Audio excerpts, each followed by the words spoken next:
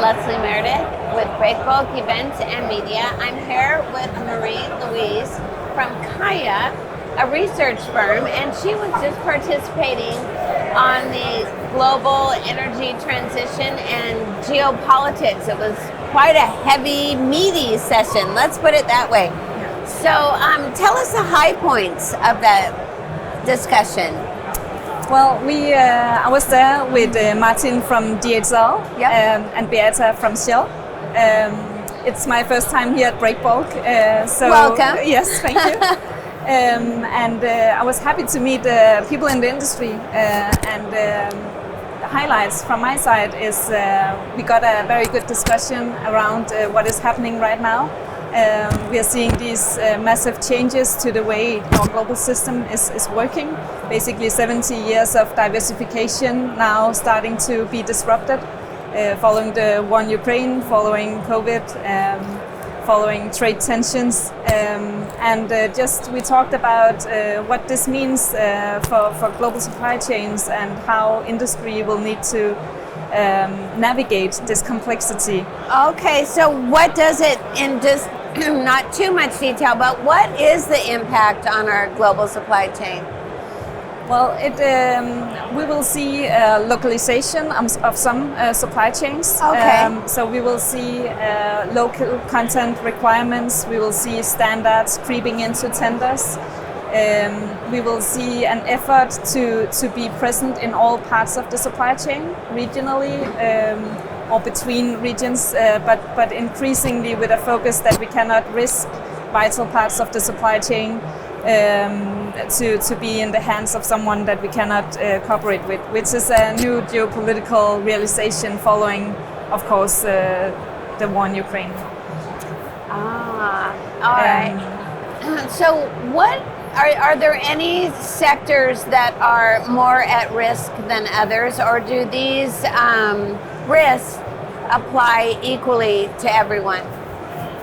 It applies extremely much to the renewable energy sector. Okay. We are very dependent on China for raw materials, for one thing, and we are increasingly realizing this dependency.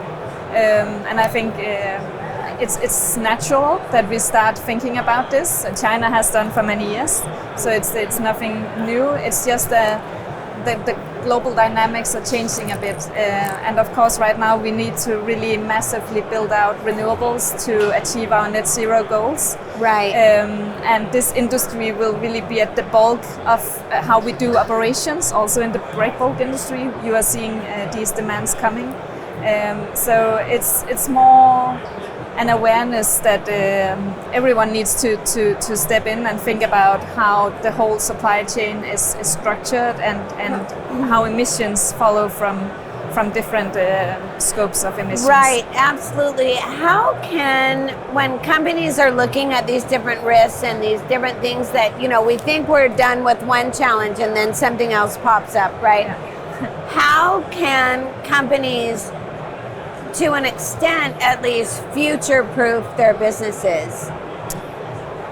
I think they will need to take some risks, but I think right now there is an historical moment to do those risks. The breakbulk industry, of course, have been prospering for some time, and I think that gives the industry an opportunity to also make some investments.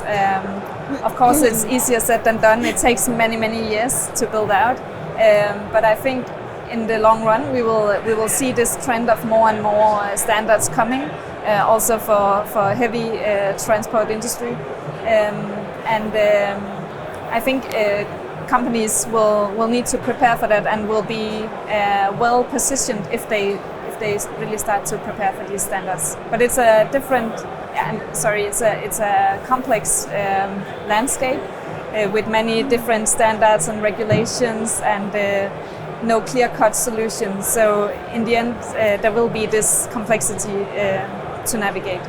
Absolutely. So big challenges ahead.